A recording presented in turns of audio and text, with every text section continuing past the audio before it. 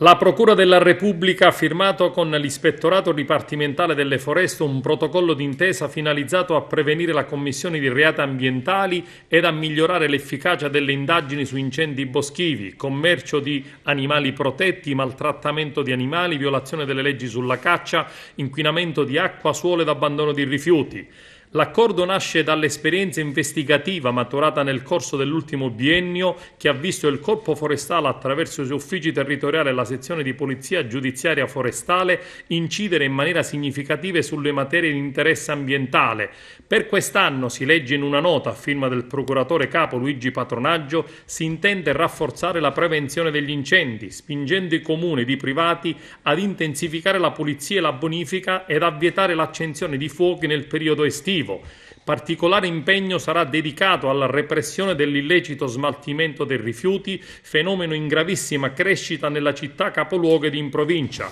Nel settore dell'inquinamento delle acque saranno attenzionati gli impianti di molitura delle olive nel periodo compreso tra settembre e dicembre. Particolare attenzione sarà rivolta inoltre attraverso mirati servizi di osservazione alle aree protette di grande pregio ambientale quali Torre Salsa, Scala dei Turchi, Monte Cammarata, le riserve delle isole di Lampedusa e Linosa, Maccalubbe di Aragone e Sant'Angelo Muxaro. La Procura della Repubblica ha attivato presso il proprio front office uno sportello dove possono essere raccolte le segnalazioni di cittadini ed associazioni varie sui diversi settori riguardanti l'ambiente, l'ecologia e la natura in genere.